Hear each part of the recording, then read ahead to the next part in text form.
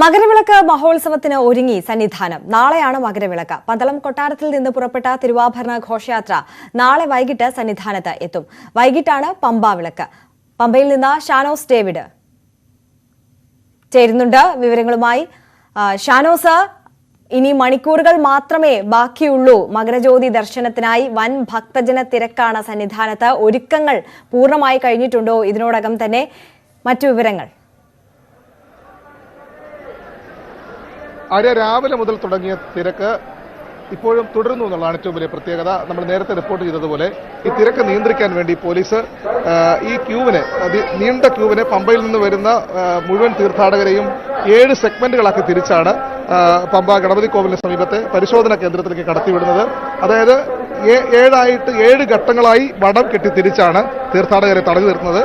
ഏതാണ്ട് ഒരു സെഗ്മെന്റ് എന്ന് പറയുന്നത് 150-നും 200-നും ഇടയ്ക്ക് വരുന്ന തീർത്ഥാടകരുടെ സംഘത്തെയാണ് ഒരു സെഗ്മെന്റാക്കി പോലീസുകാർ കണക്കാക്കുന്നത്. പക്ഷേ സ്വാഭാവികമായി ഇന്നത്തെ ഒരു തിരക്ക് കണക്കിലെടുക്കുമ്പോൾ അതിൽ കൂടുതൽ ആളുകൾ ഓരോ സെഗ്മെന്റിലും ഉണ്ടാവും. അപ്പോൾ നമുക്ക് ഈ ദൃശ്യങ്ങളിൽ കാണാം.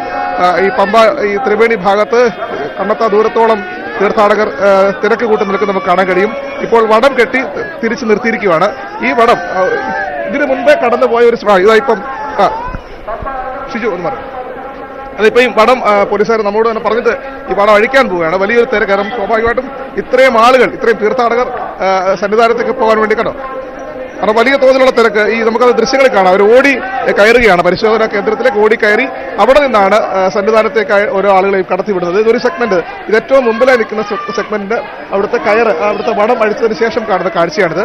അതായത് രാവിലെ മുതൽ ഇതേ രീതിയിലുള്ള തിരക്ക് രാവിലെ മുതൽ തുടരുകയാണ്. അതിനൊപ്പം തന്നെ സന്നിധാനത്ത് ദർശനം കഴിഞ്ഞ് മടങ്ങുന്ന തീർത്ഥാടകർ ഇവിടുന്ന് പോകുന്നില്ല എന്നുള്ളതാണ് പ്രധാനപ്പെട്ട കാര്യം. നാളെ മകരവിളക്കാണ്. മകരവിളക്ക് ഉത്സവത്തിന്റെ ഒരു വലിയ ഒരു കാഴ്ച, ഒരു ഏറ്റവും വലിയ ദർശനം സൗഭാഗ്യം കിട്ടാൻ വേണ്ടിയാണ് ഓരോ തീർത്ഥാടകരും ഈ സമീപ ദിവസങ്ങളിൽ ശബരിമല സന്നിധാനത്തേക്ക് എത്തുന്നത്.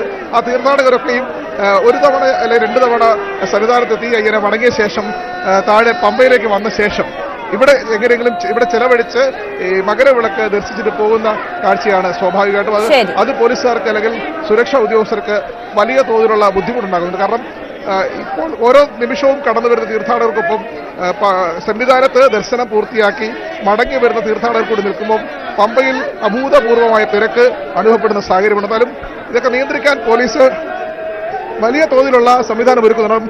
ഈ മുമ്പേ നമ്മൾ കണ്ട ആ സെഗ്മെന്റിലേക്ക് വീണ്ടും തീർത്ഥാടകർ എത്തുന്ന കാഴ്ച സെഗ്മെന്റ് കഴിഞ്ഞു. അപ്പോഴത്തേക്ക് അവിടെ നിന്നും അടുത്ത ഒരു കൂട്ടം തീർത്ഥാടകർ വരുന്ന കാഴ്ചയാണ് നമുക്ക് കാണാൻ കഴിയുന്നത്. ശരി, ശബരിമലയിൽ നിന്ന് ഷാനോസ് ഡേവിഡാണ് വിവരങ്ങൾ നൽകുന്നത്. എന്തായാലും നാളെ മകരവിളക്കാണ്. മകരജ്യോതി ദർശനത്തിനായി പതിനായിരക്കണക്കിന് ഭക്തജനങ്ങളാണ് സന്നിധാനത്തേക്ക് എത്തിക്കൊണ്ടിരിക്കുന്നത്. തിരക്ക് ക്രമീകരിക്കാൻ വേണ്ട എല്ലാവിധ സംവിധാനങ്ങളും പോലീസിന്റെ നേതൃത്വത്തിൽ ഒരുക്കി കഴിഞ്ഞിരിക്കുന്നു. വളരെ മികച്ച സുരക്ഷാ സംവിധാനമാണ് ഇത്തവണ ഉറപ്പാക്കുന്നത് എന്ന് നേരത്തെ തന്നെ മന്ത്രി അടക്കം അറിയിക്കുകയും ചെയ്തിരുന്നു.